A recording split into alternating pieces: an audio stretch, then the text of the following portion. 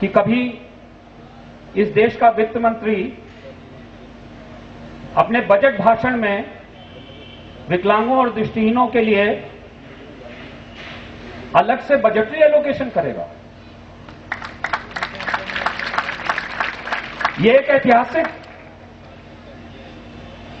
कदम वर्तमान ऊर्जावान और एक बहुत दूरदर्शी प्रधानमंत्री श्री नरेंद्र मोदी जी के नेतृत्व में ही संभव था और हमें इसमें कोई संदेह नहीं है कि माननीय मंत्री जी और स्तुति कक्कड़ जी के नेतृत्व में ये आवश्यकता उन तक पहुंचाई गई और सहर्ष एक सकारात्मक रवैया अपनाते हुए माननीय प्रधानमंत्री जी के निर्देशन पर माननीय वित्त मंत्री श्री अरुण जेटली जी ने यह ऐतिहासिक घोषणा की।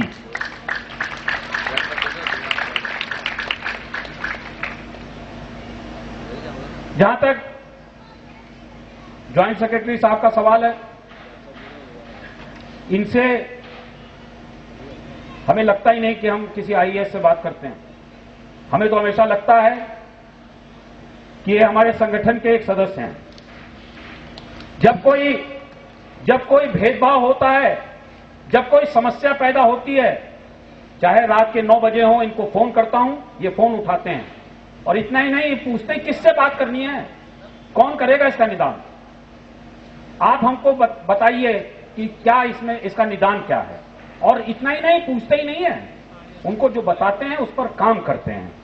ये एक बहुत बड़ी बात है और ये हमारे सबके लिए, हम इस सबके लिए हम सौभाग्यशाली हैं कि आज हमें ऐसे मंत्री मिले हैं, ऐसे अधिकारी मिले हैं, जो ये टीम एक ऐतिहासिक टीम है जो एक ऐसी नींव रख रही है, जिसको ये ऐसी मजबूत नींव रख रही है जिस पे आपके अधिकार और आपका सशक्तिकरण के कार्यक्रम हमेशा के लिए एक मजबूत नींव पर खड़े रहेंगे और विकसित होंगे।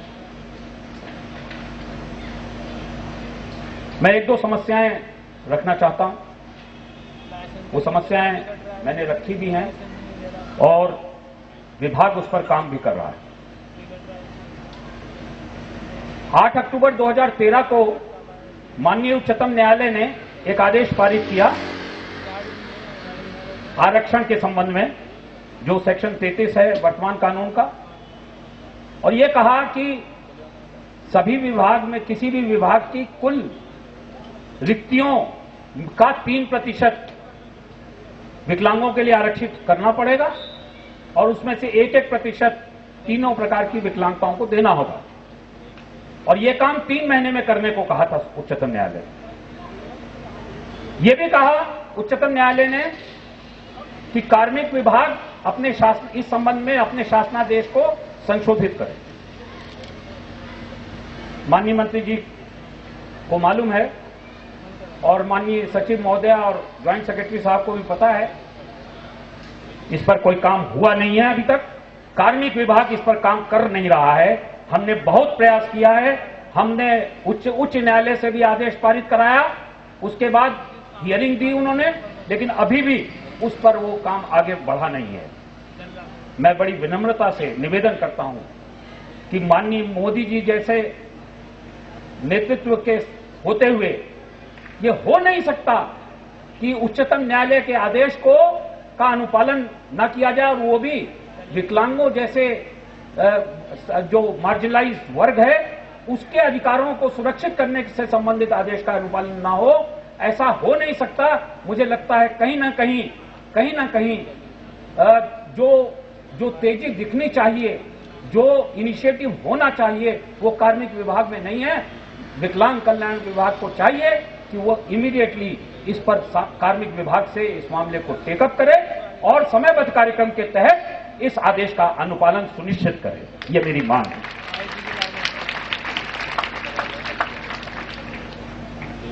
दूसरी बात, और मैंने मन की बात में ये लिख के भी भेजा है माननीय मोदी जी को, पिछली मन की बात 2 कार्यक्रम हुए हैं और माननीय मोदी जी कितने संवेदनशील हैं हमारे अधिकारों के प्रति, इससे इस बात का सबूत यही है कि हर कार्यक्रम में उन्होंने विकलांगों, बच्चों और विकलांगों की बात की है।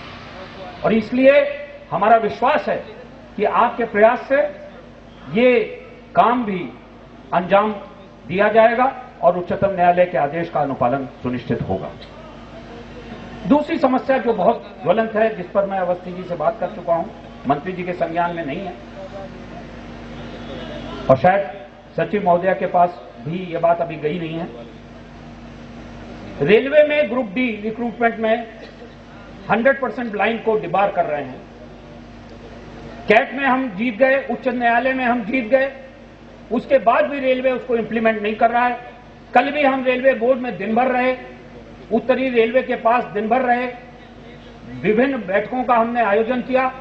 अब वो ये कह रहे हैं कि अगर आप जो आइडेंटिफाइड लिस्ट है उसको विकलांग विभाग जो है वो अगर संशोधित करके इन पोस्टों को स्पष्ट रूप से चिन्हित डिक्लेयर कर दे तभी हम मानेंगे और तभी आपको हम ग्रुप डी में अपॉइंट करेंगे, अन्यथा नहीं करेंगे। जबकि चीफ कमिश्नर ने भी आदेश पारित कर दिया कि ये चिन्हित हैं ये पद।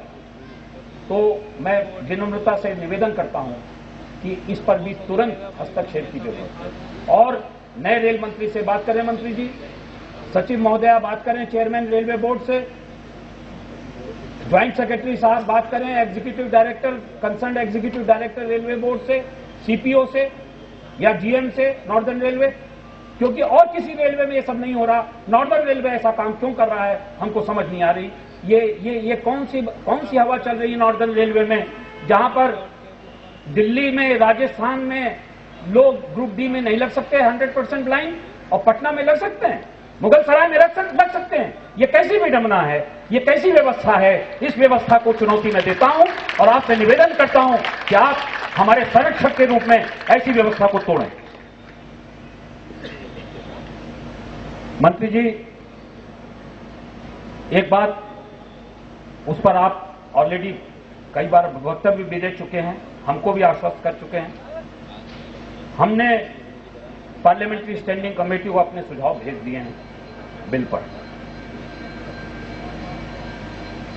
हमारा निवेदन है कि आपने भी खुद भी एग्जामिन किए होंगे वो सुझाव, जो हमने उसकी कॉपी आपको भी दी है।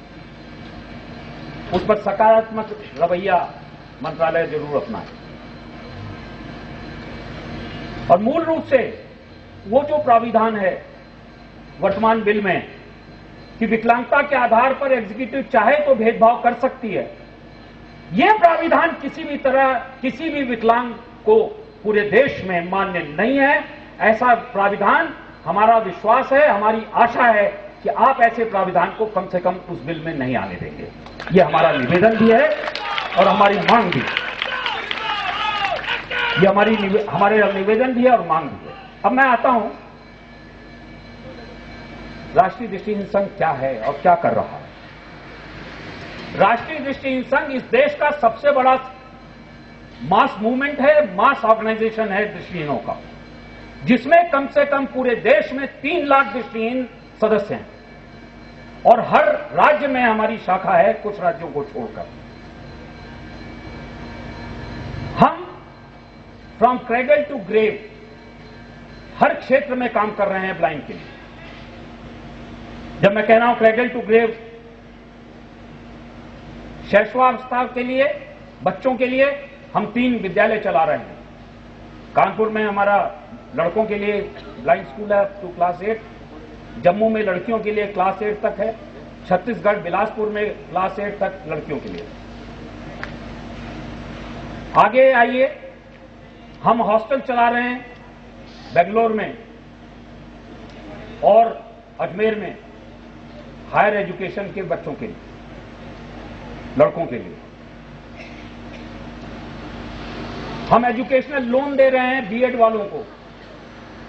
और यहां पर मैं निवेदन करना चाहता हूं, अवस्थी जी से बात भी हो रखी है, हम एजुकेशनल लोन देते हैं बीएड करने के लिए, क्योंकि टीचिंग प्रोफेशन ऐसा है जिसमें ब्लाइंड को सबसे अधिक नौकरी मिल रही है। निवेदन यह है कि एनएचएफडीसी भी आपका लोन देता है और स्कॉलरशिप देता है प्रोफेशनल कोर्सेज के लिए। लेकिन आपका जो स्कॉलरशिप या लोन मिलता है वो बाद में मिलता है, फीस पहले जमा करनी पड़ती है। फीस कहां से लेके आएंगे? उसके लिए हम ऋण देते हैं, और अगर फीस जमा नहीं हुई समय पर तो प्रवेश नहीं मिलेगा। ये एक विशेष सर्कल है। आपसे निवेदन है कि एक तरह का अंडरस्टैंडिंग हो जानी चाहिए कि एनएचएफडीसी अगर किसी जो हमारे यहां से एजुकेशन लोन ले रहा है और अगर आप उसको स्कॉलरशिप दे रहे हैं तो वो लोन का रिफंड हमको एनएचएफडीसी से डायरेक्ट हो जाए उस बच्चे का जिसको आप स्कॉलरशिप दे रहे हैं, क्योंकि स्कॉलरशिप में फीस का कंपोनेंट इंक्लूडेड है। ये अगर आप कर देंगे तो बड़ी मेहरबानी होगी। हम जो एजुकेशनल लोन देते हैं, हमारी शर्त यह है, हम इंटरेस्ट फ्री एजुकेशन लोन देते हैं और उसकी वापसी शुरू कब करनी है? जब उसकी नौकरी लग जाए। जब उसकी नौकरी लग जाए, उससे पहले लेते नहीं वापस। तो अगर आप ये मदद कर देंगे तो कम से कम जब स्कॉलरशिप मिल गई, हमको उतनी फीस वापस आ गई, तो वो पैसा कहीं और अच्छी तरह और भी लग सकेगा और बेनिफिशियरी बढ़ा सके। इसलिए हम निवेदन कर रहे हैं। इसके अलावा हमने एक मेडिकल इमरजेंसी फंड चला रखा है। अगर कोई ब्लाइंड लाइफ थ्रेटनिंग एलिमेंट से सफर कर रहा है और उसका लाइफ सेविंग ऑपरेशन होना है, सर्जरी होनी है, हार्ट बाईपास होना है, कैंसर का ट्रीटमेंट है, हम सारा खर्चा उस मेडिकल इमरजेंसी फंड से करते हैं।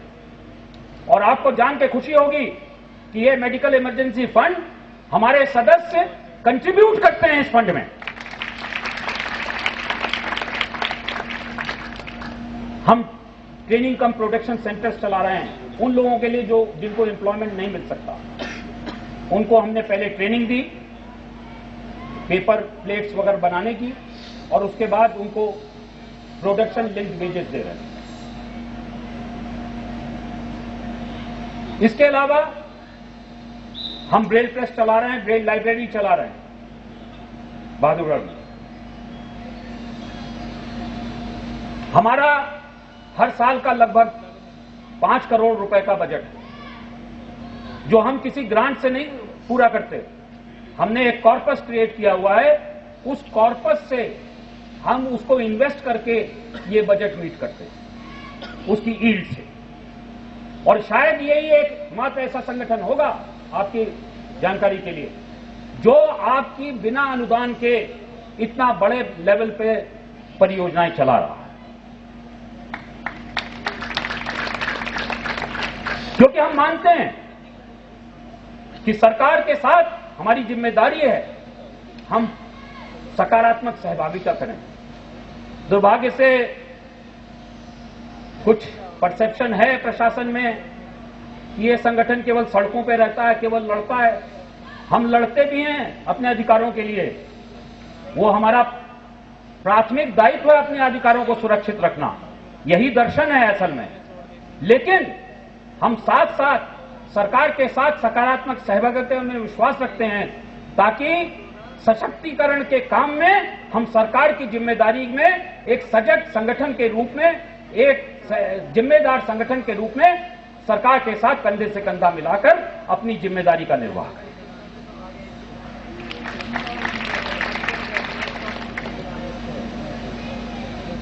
मैं कुछ फ्यूचर योजनाएं जो लेना चाहता हूं, बहुत एम्बिशियस हैं, उसमें शायद आपकी सहायता की जरूरत होगी यदि आप हमको पात्र समझें। उसके लिए मैं निवेदन करता हूं माननीय मंत्री जी से और अधिकारियों से, दिल्ली में हमारी बहनों के लिए जो छात्राएं हैं, एक छात्रावास की, बड़े छात्रावास की जिसमें कम से कम 200 लड़कियों की जगह हो, ये छात्रावास की बहुत सख्त जरूरत है। अगर इनकी सुरक्षा सुनिश्चित करनी है, अगर इनके अध्ययन को सुचारू रूप से सुनिश्चित करना है, और इसमें ये हम इस साल में करना चाहते हैं। इसमें अगर हमें जमीन दिलवा दें या किराए पे अगर हम जगह लें तो उस अनुदान हमको कम से कम किराए का मिल जाए, तो हम इस छात्रावास को अगले सत्र तक जरूर शुरू करना चाहते हैं, अगर आपकी मदद होगी। दूसरी बात, एक हम स्किल डेवलपमेंट प्रोग्राम देश में चलाना चाहते हैं जो फ्लेक्सिबल स्किल डेवलपमेंट कोर्स पर आधारित होगा। हम एम्प्लॉयमेंट के विभिन्न सेक्टर्स में, बैंकिंग सेक्टर, इंश्योरेंस सेक्टर और जितने फाइनेंशियल सेक्टर और जो सेक्टर हैं, इनमें हम सारे जॉब ऑपरेशंस की एनालिसिस कर रहे हैं और उसके बेसिस पर हम आइडेंटिफाई कर रहे हैं कि कौन से जॉब ब्लाइंड कर सकता है। हम इस स्किल डेवलपमेंट में हर सेक्टर के लिए हर तरह के जॉब ऑपरेशन जो हम आइडेंटिफाई करेंगे उसके लिए 6-6 महीने का कोर्स चलाएंगे, हटे हुए युवकों को जिनके पास उस तरह की स्किल होगी, एप्टीट्यूड होगा, और उसके बाद उनके एम्प्लॉयमेंट के लिए उनको पूरी कॉम्पिटिशन्स की तैयारी करेंगे जब तक कि वो एम्प्लॉयमेंट पा ना जाए। ये एक बहुत एम्बिशियस प्रोग्राम है और इसका फायदा उन लोगों को भी हम देना चाहते हैं जो ऑलरेडी एम्प्लॉयड हैं लेकिन उनको कोई काम नहीं दिया जा रहा, उनको भी ये ट्रेनिंग देंगे क्रैश कोर्स के रूप में, ताकि वो जाकर अपनी भागीदारी सही ढंग से कर सकें जिस जगह भी एम्प्लॉयड है। इसमें भी शायद हम आपकी मदद चाहेंगे यदि आप पात्र समझें। ये मत समझिएगा कि आज हमने बुलाया, हम मांगने के लिए बुलाया, हमारे मंच में मांगने का कोई स्थान नहीं, लेकिन चूंकि आप भी उतने संवेदनशील हैं मीनिंगफुल प्रोग्राम्स के लिए, इसलिए हम ये बात आपके सामने रख रहे हैं, हमारी भविष्य की योजना है। और एक हम इस साल से 10 एक national talent search exact competition करेंगे और 10 अच्छे बच्चों को जो पूरे देश में 10 फर्स्ट 10 जो आएंगे उनको अडॉप्ट करेंगे और उनमें जो एप्टीट्यूड होगा उसके बेसिस पर उनको कैरियर पाथ देंगे पूरा, और पूरा खर्चा हम उठाएंगे जब तक कि वो अपने उस कैरियर में चले नहीं जाते। ये काम भी हम इस साल से करना चाहते हैं। इस सब का उद्देश्य केवल ये है, इस धारणा को तोड़ना कि दृष्टिहीन काम नहीं कर सकता, इस धारणा को तोड़ना कि दृष्टिहीन केवल आरक्षण के कारण घुस जाता है प्रतिष्ठान में लेकिन काम नहीं कर सकता। ये जो धारणा है इसको तोड़ना बहुत जरूरी है, क्योंकि मुझे लगता है यही धारणा बार बार हमको हर बार सड़क पर आने के लिए मजबूर करती है। और कभी रेलवे कहता है हम नहीं लेंगे, कभी बैंक कहता है हम नहीं लेंगे, कभी स्कूल कहने लगते हैं हम नहीं लेंगे, कभी यूनिवर्सिटी कहती है हम नहीं लेंगे, और आपके दरवाजे हमको खटखटाने पड़ते हैं।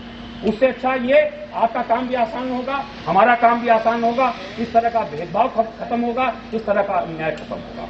इसलिए हम इस तरह की परियोजनाएं चलाना चाहते हैं। मैं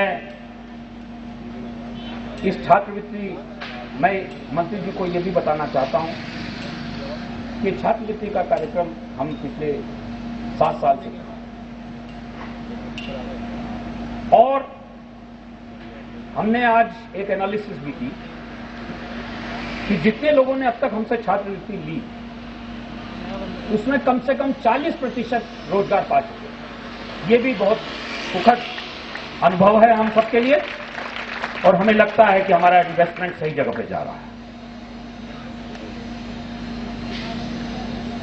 मैं अपनी बात को समाप्त करना चाहूंगा यह कहकर कि राष्ट्रीय दृष्टिहीन संघ एक जिम्मेदार संगठन के रूप में सरकार के हर प्रयास में तन मन धन पूरी जनशक्ति धन शक्ति के साथ एक इंक्लूसिव सोसाइटी के निर्माण में, जहां पर विकलांगों को बराबरी का दर्जा मिले, जहां पर विकलांगों की पूर्ण भागीदारी हो, जहां पर विकलांगों के खिलाफ अन्याय विकलांगता के आधार पर न हो, ऐसी सोसाइटी के निर्माण में हम सब प्रस्तुत हैं सरकार के साथ, मंत्री जी के साथ, माननीय प्रधानमंत्री जी के साथ, और हम कंधे से कंधा मिलाकर वर्तमान सरकार और वर्तमान में जो सत्तारूढ़ दल है उसके साथ हम सब एक सिपाही के रूप में खड़े हैं। धन्यवाद।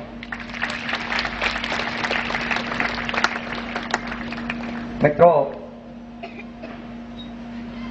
माननीय रुंगटा जी ने सूत्र रूप में बहुत सारे विषयों को उठाया। मैं पुरानी स्मृतियों के आधार पर बस 4 पंक्तियां कहना चाहता हूं कि शासकों की शासितों से दूरियां हैं।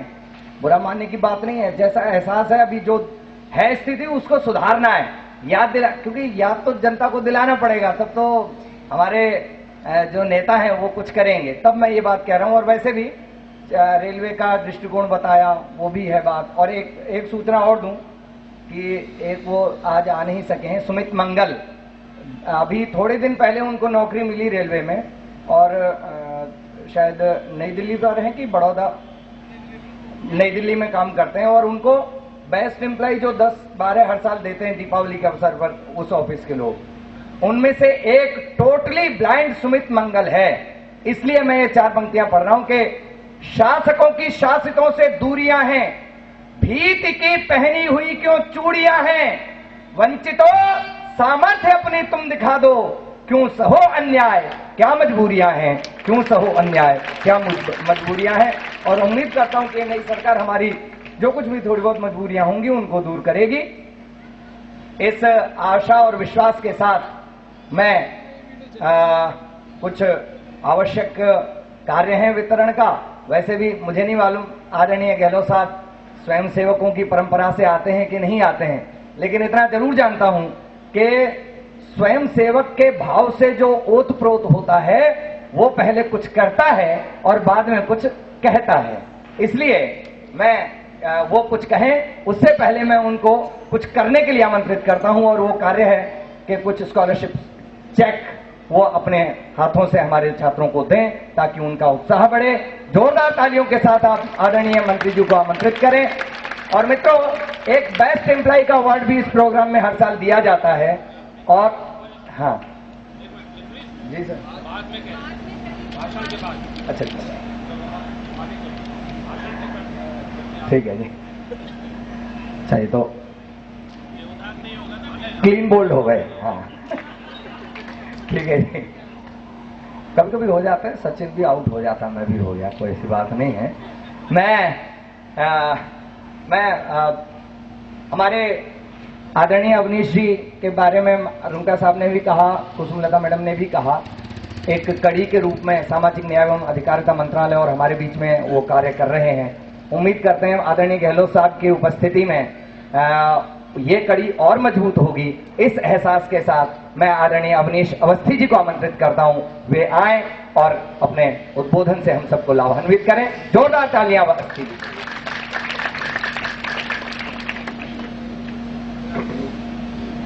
आज के कार्यक्रम के हमारे मुख्य अतिथि और हमारे अपने माननीय मंत्री श्री थावरचंद गहलोत साहब, यहाँ बैठी हमारी सचिव महोदया श्रीमती स्तुति कक्कड़ जी, यहाँ बैठे हुए आज हमें यहाँ आमंत्रित करने वाले और इस कार्यक्रम के मुख्य कार्यकर्ता श्री रुंगटा साहब, यहाँ बैठी उनके साथ उनकी सहयोगी श्रीमती कुसुमलता जी, यहाँ बैठे हुए हमारे सभी साथीगण, एनएबी से जुड़े हुए सभी साथीगण, यहाँ आए हुए हमारे सभी छात्र छात्राएं, यहाँ आए हुए हमारे सभी सिंगर्स, यहाँ आए हुए सभी अन्य अतिथिगण।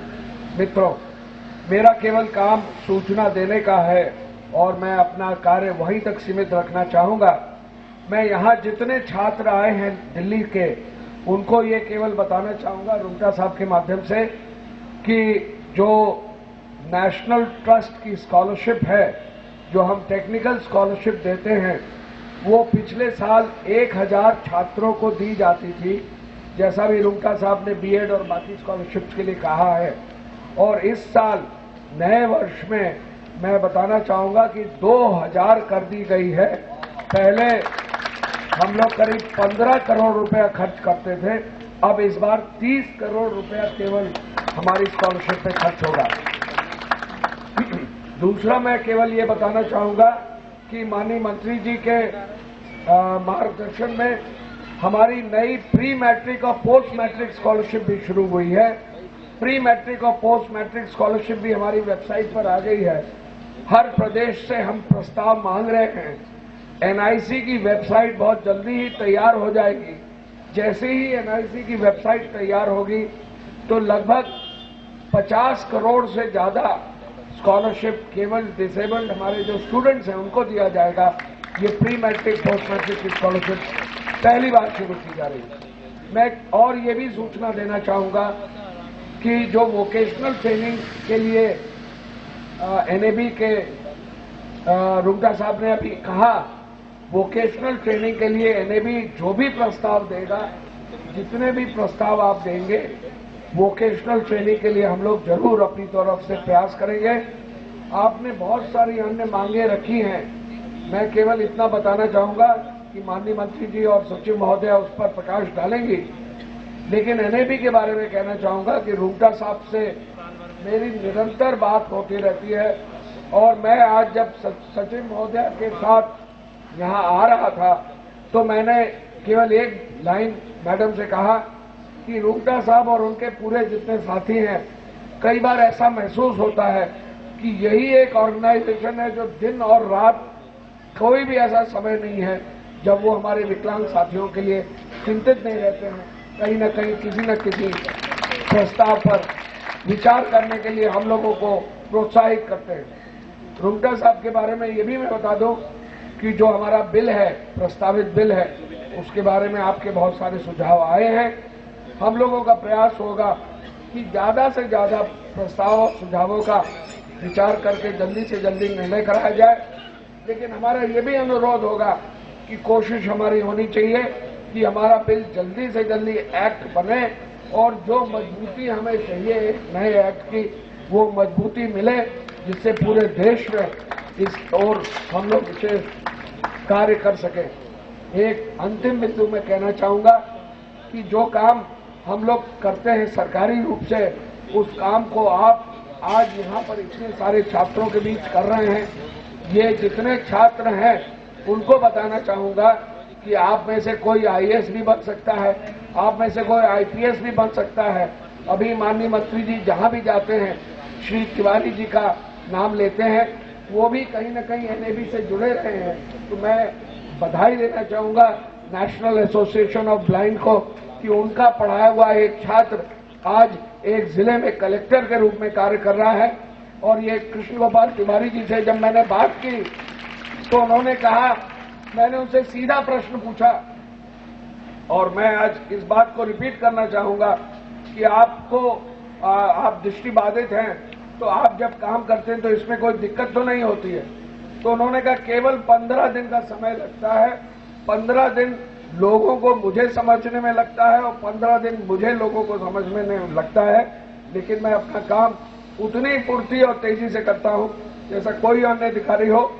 मैं बधाई देना चाहूंगा एनएबी को, उन्होंने ऐसे लोगों को तैयार किया, आगे भी ऐसे लोगों को तैयार करेंगे। आप में से सभी लोग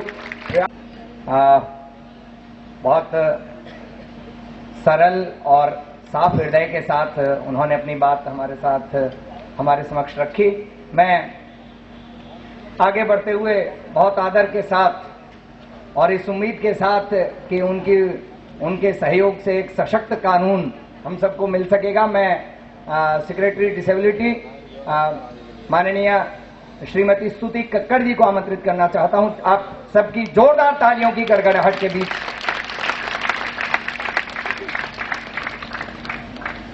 माननीय मंत्री जी, अवनीश अवस्थी जी, रुंगटा जी, मेरी फ्रेंड डॉक्टर कुसुमलता और मंच पर उपस्थित सभी महानुभाव, मैं ज़्यादा समय नहीं लूंगी क्योंकि मुझे मालूम है कि आप लोग बहुत कीन है कि जल्दी से माननीय मंत्री जी का वक्तव्य सुने और अपनी स्कॉलरशिप्स की चेक पाएं। जैसा अवनीश ने कहा, ये एनएफबी एक ऑर्गेनाइजेशन है जो हरदम सदैव ब्लाइंड लोगों के बारे में सोचती है, करती है, और रुंगटा जी तो बिल्कुल माने हरदम तत्पर रहते हैं इसके कार्यक्रम को, ब्लाइंड के वेलफेयर का, एम्पावरमेंट का कार्यक्रम आगे बढ़ाएं। एजुकेशन तो एक बहुत सशक्त माध्यम है जिससे लोगों को अपॉर्चुनिटी मिलती है, जिसको कहते हैं ना सोशल मोबिलिटी का एक बहुत इम्पॉर्टेंट स्ट्रैटेजी है, व्हीकल है, और एनएफबी अपनी तरफ से ये काम कर रही है। ये बहुत ही सराहनीय है, बिकॉज जो पढ़ा लिखा व्यक्ति होता है वही आगे बढ़ सकता है। बहुत नहीं तो फिर वो अपनी परिस्थितियों को झेलता हुआ रह जाता है।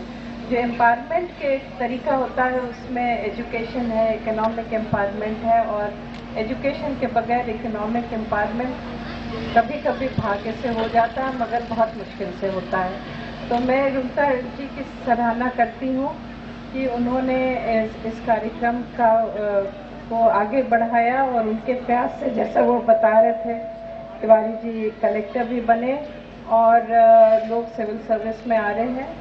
मुझे ये जो स्क्रीन पे चल रहा था ये पिक्चर, ये भी बहुत, इसमें कई लाइवलीहुड्स के भी शेड्स हैं, और बिकॉज एजुकेशन के बाद इकोनॉमिक एम्पावरमेंट एक इम्पॉर्टेंट चीज़ है। मात्र शिक्षा पाने से ही आदमी किसी भी व्यक्ति को इकोनॉमिक एम्पावरमेंट नहीं होता है। तो अपस्किलिंग करना बहुत ज़रूरी होता है, स्पेशली जो हमारे डिसेबल लोग हैं, ज़्यादातर 70% जो है वो गांव में हैं, तो उनके लिए एम्प्लॉयबल स्किल्स ढूंढना और एम्प्लॉयबल स्किल्स को इनकम जनरेटिंग मॉडल्स में परिवर्तित करना बहुत ज़रूरी है।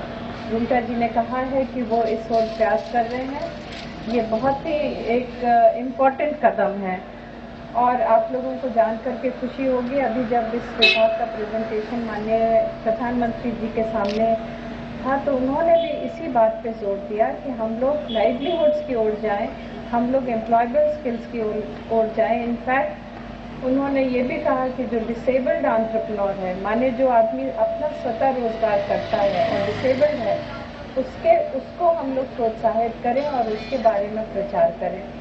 तो आप लोगों को भी, रुमटा जी, अगर आपके सामने ऐसे डिसेबल्ड लोग हैं जिन्होंने अपना स्वतः रोजगार शुरू किया है और आज सक्सेसफुली उस काम को कर रहे हैं, तो उसके डिटेल्स आप हमें दे दीजिए। हम लोग ने इसको इकट्ठा करना शुरू कर दिया है। दूसरी चीज़ मैं आपसे ये कहूँगी कि ये मैंने बहुत करीब 11 साल इस क्षेत्र में, एंटरप्रेन्योरशिप के क्षेत्र में, एसएमई के क्षेत्र में काम किया है और अल्टीमेटली सक्सेस उसी को मिलती है जो अपनी एबिलिटीज़, जो कहते हैं कि राइट अपॉर्चुनिटीज़ को देखता है, जो बिजनेस करते हुए भी बिजनेस अपॉर्चुनिटीज़ ढूंढता है और उसमें घुसता है और फिर उसके बाद उसको सक्सेसफुल करता है। तो मेरा आप लोगों से भी निवेदन है, जो बच्चे की स्पेशल एबिलिटीज़ आप देखें जिससे वो कॉम्पिटिटिव एज पाए, उसको ही डेवलप करिए, चाहे वो संगीत में हो, चाहे वो कंप्यूटर स्किल्स में हो, चाहे लैंग्वेज स्किल्स में हो। ये ग्लोबलाइज दुनिया में लैंग्वेज स्किल्स बहुत इम्पॉर्टेंट हो गई हैं। बहुत लोग अब चाइनीज़ सीखते हैं, जापानीज सीखते हैं, कोरिया की भाषा सीखते हैं, क्योंकि जो ट्रेड वाले लोग होते हैं उनको ये सब लैंग्वेज स्किल्स की आवश्यकता है। और ब्लाइंड लोगों की एक स्पेशल एबिलिटी होती है of remembering things. I am amazed कि रुमटा जी सब चीज़ याद करके रखते हैं, पिंचर जी सब चीज़ याद करके रखते हैं और फिर नंबर क्रंचिंग करते हैं, सब फैक्ट्स को याद रखते हैं, and they are excellent at all this. These are highly employable skills. इस पे आपसे अनुरोध है कि we can start these courses for blind बच्चों के लिए, सो दैट उनको एम्प्लॉयमेंट तुरंत मिल जाए। लैंग्वेज स्किल्स बहुत इम्पोर्टेंट हो रही हैं और फॉरेन लैंग्वेज स्किल्स तो बहुत ज़्यादा एम्प्लॉयमेंट जनरेट कर रही हैं। लोग मिल नहीं रहे हैं इस समय। इनफैक्ट हम लोगों के भी ऑफिसेज में हम लोग द्विभाषीय लोगों को ढूंढते हैं जो हिंदी और अंग्रेजी दोनों में काम कर सकते हैं, लेकिन ऐसे लोग मिलते नहीं हैं। या तो हिंदी में काम करते हैं या अंग्रेजी में काम करते हैं, लेकिन द्विभाषीय लोग नहीं मिलते हैं जो दोनों भाषा में काम कर लें, ड्राफ्टिंग कर लें, शॉर्ट हैंड ले लें। ये सब स्किल्स बड़ी डिमांड में है। कुसुम लता जी की किताब पढ़ने के बाद मैंने ये पाया कि